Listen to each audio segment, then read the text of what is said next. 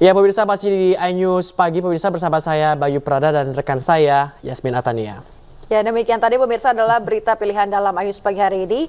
Dan kita ke informasi selanjutnya. Pemirsa, Presiden terpilih Prabowo Subianto berupaya memperkokoh barisan. Ya, koalisi tanpa oposisi hingga pembentukan kabinet gemuk pun kini menjadi sorotan.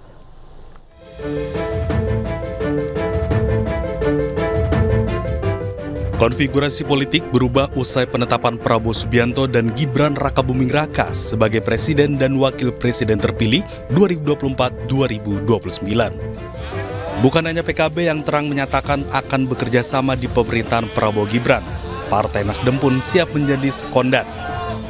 PKB ingin terus bekerja sama dengan Gerindra, dengan Prabowo Subianto untuk mengabdi demi kepentingan rakyat kita semuanya.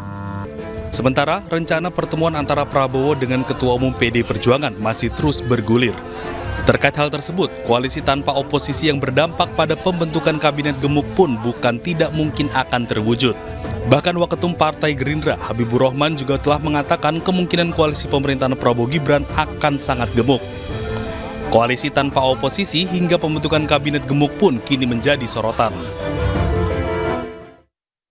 Pemirsa, politisi Partai Amanat Nasional Eko Patrio dinilai layak dan pantas menjadi masuk bursa calon menteri di kabinet pemerintahan Prabowo Gibran. Ya, PAN menyebut Eko memiliki kemampuan mumpuni karena berpengalaman sebagai anggota DPR RI.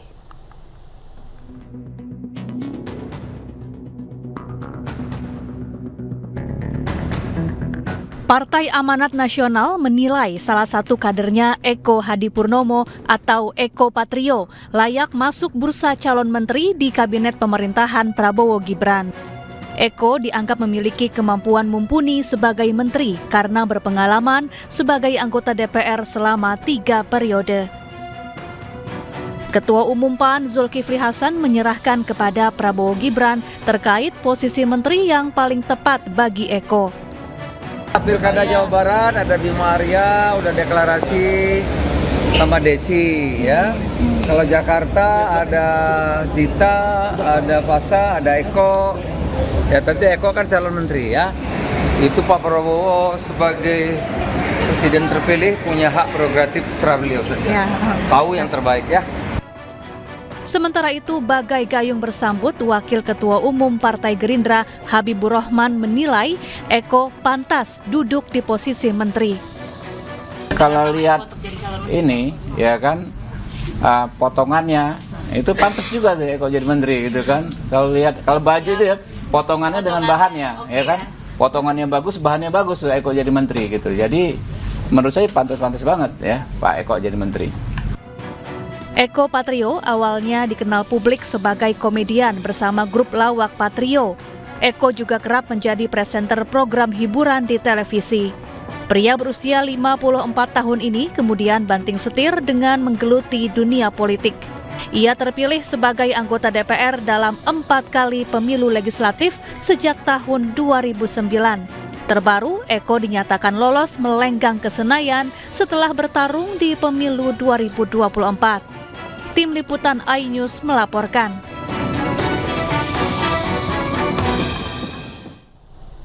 Pemirsa, Presiden terpilih Prabowo Subianto ingin membentuk Presidential Club berisi para mantan Presiden Republik Indonesia. Ya, terkait wacana tersebut, Gibran Rakabuming Raka, Wakil Presiden terpilih, menyambutnya dengan positif.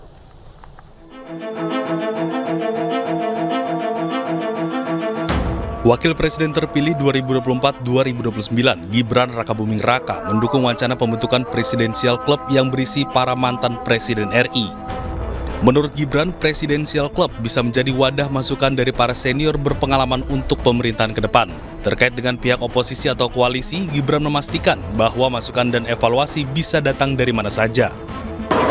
Presidential Club ya, saya kira bagus ya untuk menyatukan mantan-mantan pemimpin, senior sesepuh. Saya kira bagus sekali agar bisa mendapatkan masukan-masukan dari beliau-beliau yang sudah berpengalaman. yang namanya masukan, evaluasi, apapun itu, pendapat apapun itu bisa dari orang yang di dalam koalisi atau luar koalisi, tidak masalah. Diketahui sebelumnya, Presiden terpilih Prabowo Subianto ingin membentuk Presidential Club. Hal ini bertujuan supaya para mantan presiden bisa rutin bertemu dan berdiskusi tentang masalah strategis kebangsaan. Tim Liputan iNews melaporkan. Pemirsa, Presiden Jokowi menegur pemerintah daerah dalam Musrenbangnas 2024. Jokowi meminta Pemda bekerja dan tidak melimpahkan semua masalah ke pemerintah pusat. Hal itu disampaikan Presiden Jokowi saat pidato di acara Musyawarah Perencanaan Pembangunan Nasional 2024. Jokowi awalnya menjelaskan dirinya sedang menyiapkan instruksi Presiden soal penyambungan air untuk rumah tangga. Ia berharap pemerintah daerah juga memiliki inisiatif dalam mengembangkan proyek nasional. Presiden juga mempertanyakan tugas pemerintah daerah jika semua urusan diambil alih oleh pemerintahan pusat. Ia juga mengingatkan pemerintah daerah agar tidak melimpahkan semua masalah ke pemerintah pusat. Dan sekali lagi selamat pada para pemenang dan ingin mengingatkan pada kementerian juga kalau punya rencana itu disampaikan ke daerah yang ingin ketempatan. Kedok pintu, Kulon siap dan kita bangun waduk, tapi irigasi sekunder dan tersiernya daerah. Kalau nggak sanggup geser ke provinsi yang lain. Tapi biasanya memang kalau gubernur, bupati, wali kota ditanya sanggup, sanggup Pak, sanggup Pak. Begitu sudah selesai, wah berat Pak kita Pak, APBD kita habis Pak untuk ini, untuk ini. Kita sudah sanggup itu di depan. Sejumlah elit tim pemenangan nasional Ganjar Mahfud berkumpul di Posko Tuku Umar, Jakarta Pusat. Berkumpulnya elit TPN ini menghadiri agenda halal bihalal Lebaran. Tim Ganjar Mahfud berkumpul menghadiri halal bihalal di Posko Tuku Umar, Jakarta Pusat. Selain itu, Ganjar Mahfud juga turut hadir dalam halal bihalal. Halal bihalal itu didatangi oleh Ketua TPN Arsyad Rashid, Sekretaris TPN Hasto Kristianto, hingga Wakil Ketua Andika Perkasa. Kemudian sejumlah petinggi partai politik pengusung Ganjar Mahfud juga hadir di agenda halal bihalal. Salah satunya yakni Usman Sabtaodang dari Partai Hanura. Sekretaris Jenderal P3 Arwani Tomafi juga turut hadir.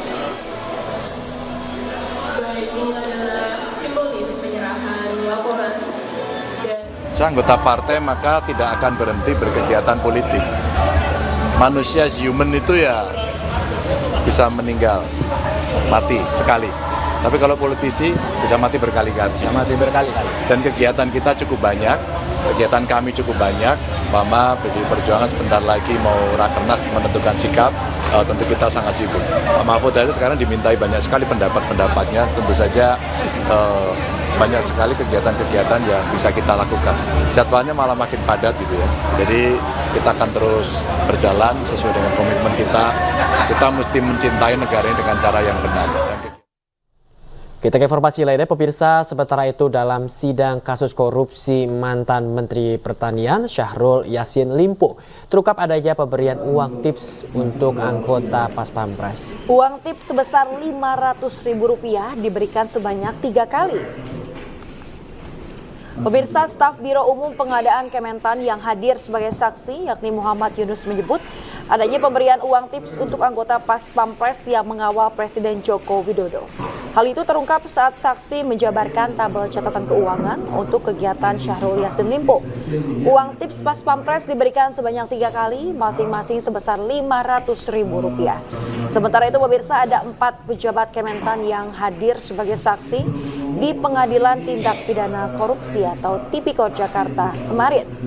Sebelumnya SYL didakwa memeras anak buah dan korupsi senilai Rp44,5 miliar. Uang haram tersebut diduga digunakan untuk sejumlah keperluan pribadi, diantaranya adalah sewa pesawat, biaya perawatan kulit wajah istri, pesta ulang tahun cucu, hewan kurban hingga mengalir ke Partai Nasdem.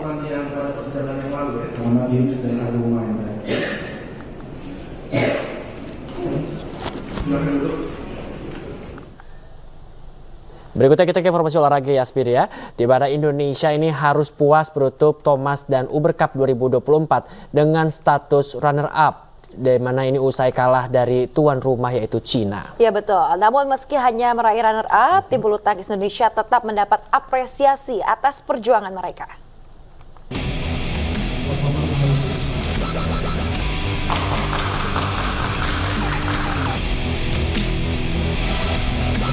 Usai menjalani Thomas dan Uber Cup 2024, tim bulu tangkis Indonesia tiba di tanah air melalui Bandara Soekarno-Hatta, Tangerang, Banten pada Senin malam.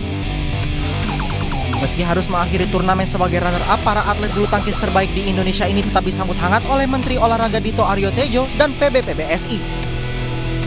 Pengalungan karangan bunga menjadi simbolik apresiasi pemerintah kepada para atlet Thomas dan Uber Indonesia.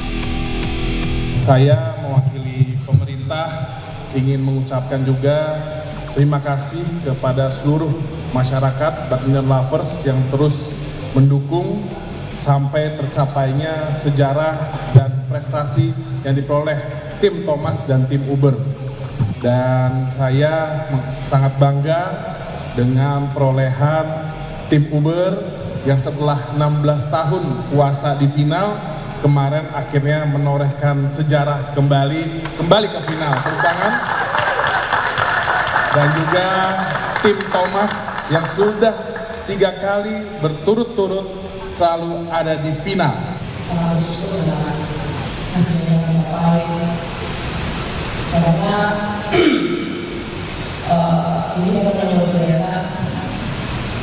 Kami bisa mendapatkan medali dengan orang-orang yang masih sangat muda di sini